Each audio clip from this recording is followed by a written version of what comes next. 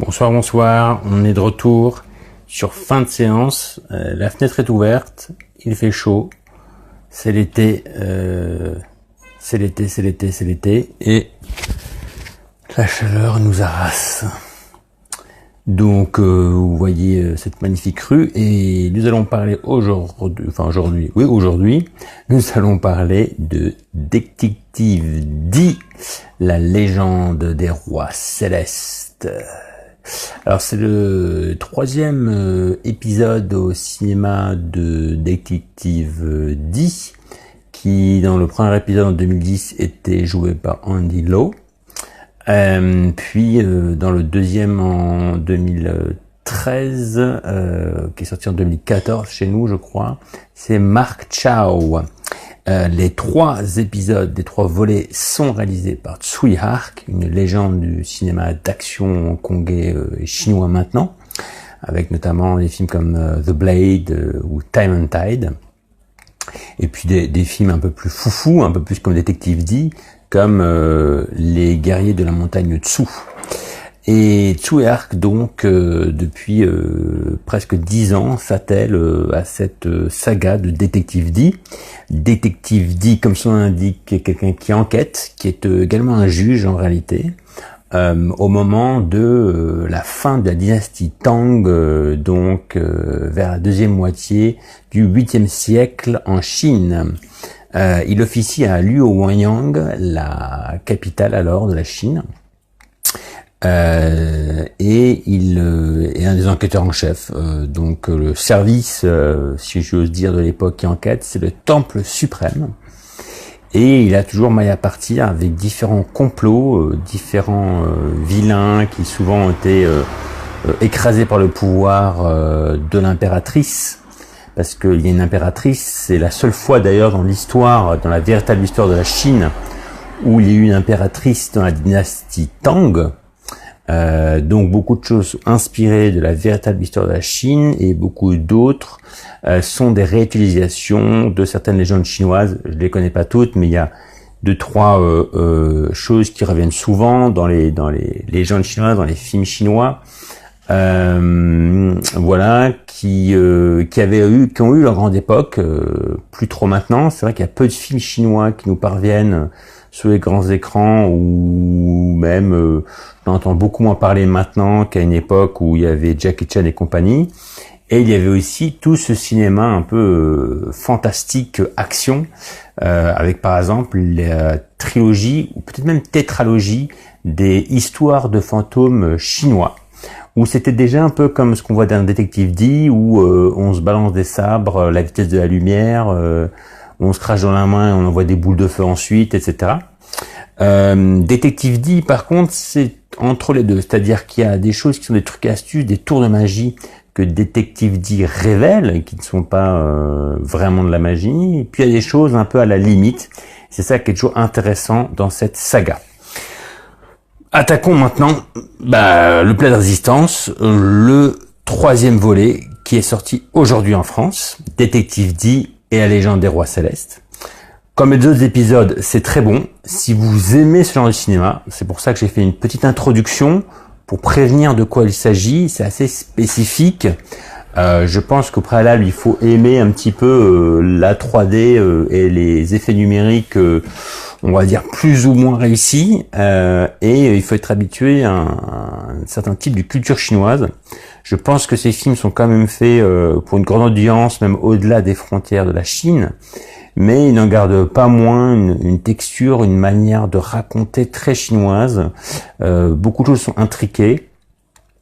Je ne sais pas, Philippe. Donc, beaucoup de choses intriquées dans le scénario, beaucoup de couches, beaucoup de groupes différents. Donc, il faut quand même suivre, même s'il y a beaucoup d'action. Et puis, donc, je vous disais, beaucoup de choses qui sont peut-être très habituelles pour les Chinois. Certaines, je sais qu'elles sont habituelles, certaines légendes. D'autres, je ne sais pas. Donc, je suis comme n'importe qui, un peu.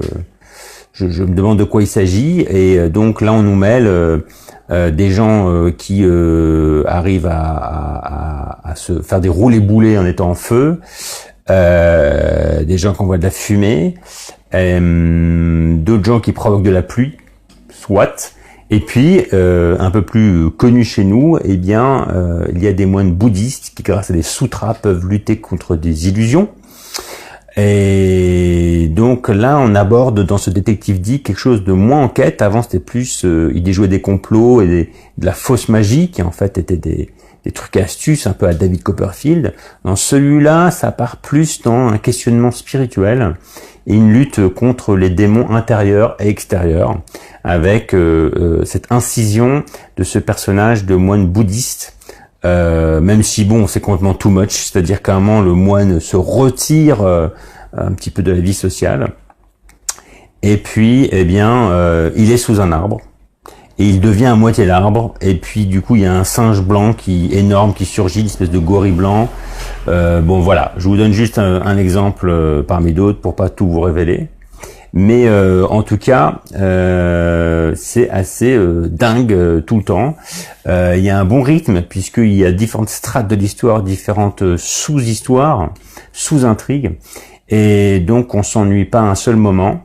Bien que, comme je le disais, il faille être attentif et suivre, même si ça reste quand même un film d'action, un film d'enquête, un film qui est un petit peu peut-être le pendant de ce qu'on a en ce moment avec Avengers et Marvel ou DC, puisque là c'est une trilogie, ils sont bien partis pour continuer.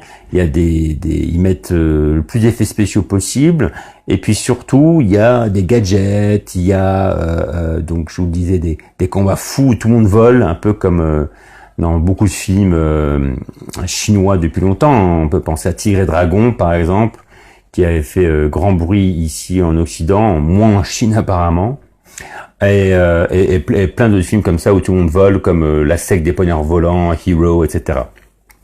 Donc c'est vraiment cette tradition de films chinois qui a repris depuis une vingtaine d'années, et dans le peu de films qui vient chez nous, puisque c'est vrai que quand on voit les quinzaines du cinéma chinois, par exemple, on s'aperçoit que c'est beaucoup de films un peu nationalistes, un peu patriotiques.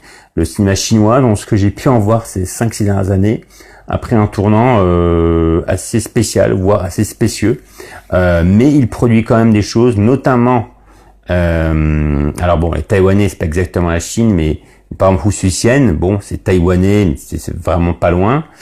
Pour ceux qui sont vraiment redevenus chinois, comme Hong Kong et Tsui Hark, eh bien, on continue cette tradition de gros studios avec les Wee Brothers, de gros studios qui vont à fond les ballons avec des histoires dingos, mais bien écrites, cohérentes en termes de scénario, attention, hein. Mais c'est la patine, c'est la forme qui est haute en couleur, très chatoyante.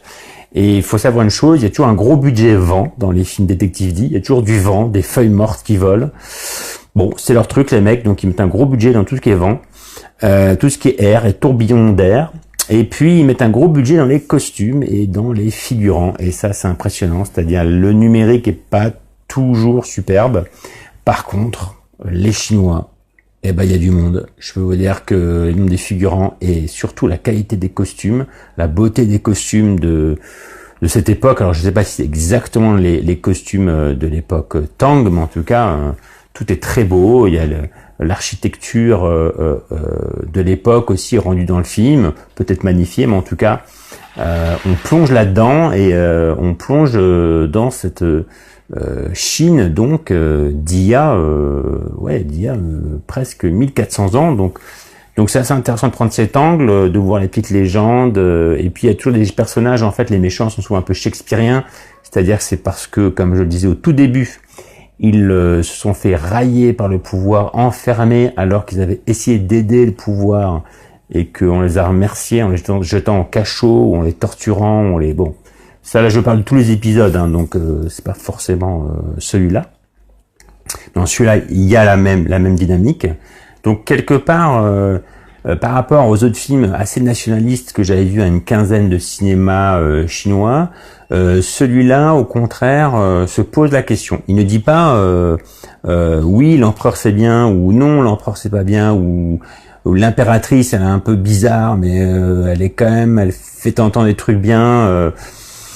Donc il pose la question du pouvoir dans le fond, et de la corruption du pouvoir par la magie, par les conseillers, ou par la paranoïa, par exemple, parce que l'impératrice est assez paranoïaque dans tous les épisodes. Et dans le premier, on la traite même de sorcière. Mais à un moment, elle récompense Détective D dans le deuxième volet. Voilà, donc je vous révèle pas quelle est son attitude dans celui-ci. Mais effectivement, c'est intéressant de voir les 3 épisodes parce que les personnages progressent tout en restant dans une espèce de confort pour le spectateur. Détective D, il est trop fort, il enquête bien, il y a son copain médecin qui est un peu rigolo, qui est un peu timide, etc., etc. Donc il y a des choses qui reviennent, mais ils les font progresser doucement, par touche. Et donc dans ce dernier, la grande force, c'est la force mystique, spirituelle, un peu le questionnement qu'ils ont rajouté. Donc après, bon, attention, c'est la chinoise, donc c'est pour ça que je dis que c'est pas pour tout le monde. La dernière chose qu'il faut savoir quand je dis c'est à la chinoise, c'est-à-dire que ils aiment bien le sentiment. Des fois, ils en mettent un peu des tonnes. C'est très rapide dans ce film. Et puis surtout, certains surjouent un peu, notamment l'acteur qui joue Yuchi, qui fait des, qui fait, comme ça. Mais vraiment comme ça. Hein. C'est vraiment foufou. Ou quand il rigole, il fait.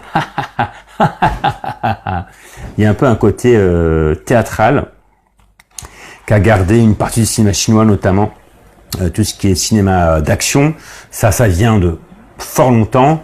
On peut remonter, pour pas remonter trop loin, à l'hirondelle d'or des années 60 et ensuite à ce qu'ont fait les Shaw Brothers avec des films. Alors le titre anglais c'était Five Deadly Venoms ou la 36e chambre des Shaolin, où c'est vrai qu'on est toujours dans une espèce de forme de cabotinage, de surjeu, mais qui est une marque de fabrique. Et de nos jours, pour finir là-dessus, Tsui Hark en joue, puisque ce personnage Yuchi surjoue, il fait voilà. Mais il y en a d'autres, Détective D beaucoup moins. Et par exemple, certains méchants aussi moins. Donc, on sent que de nos jours, ils ont pris le recul. Il y a une sorte de gradation un petit peu dans ce cabotinage qui était un peu tout azimut à une époque, l'époque des Shaw Brothers dans les années 70. De nos jours, c'est plus mesuré, mais en tout cas, voilà. Pour ceux qui ne sont pas habitués. Eh bien, je vous invite à le découvrir. Ceux qui ne connaissent pas, la curiosité est un bon défaut en cinéma. Pour ceux qui connaissent, ça va peut-être coincer. Et puis pour ceux qui adorent, ruez-vous, allez voir Détective D. On est au frais, dans la clim, ne serait-ce que 2 heures, faut pas en abuser. Et puis ça saute dans tous les sens. Voilà, ça enquête dans tous les sens, il y a 1 milliard de personnages et c'est complètement foufou ce que font nos amis de Chine. Voilà, donc encore un super film de Tsui Hark qui m'a rarement déçu. En gros, Tsui Hark a du bon moyen à très très bon avec les The Blade etc. Donc Tsui Hark. Voilà, un réalisateur qui arrive toujours à tenir son rang. Et ça, c'est beau, puisqu'il y a beaucoup de réalisateurs, notamment en Occident, surtout aux États-Unis, qui à un moment, dans la 2e partie de leur carrière, voire la 3e partie de leur carrière, ça plonge. Donc Tsui Hark, toujours bon, toujours dans son élément. Voilà. Eh bien, on se retrouvera bientôt, probablement la semaine prochaine, pour Equalizer 2, que j'attends de voir avec une grande impatience pour voir notre ami Denzel Washington en action. Passez une bonne soirée, n'oubliez pas de boire, l'eau c'est important, il faut s'hydrater. Bonsoir.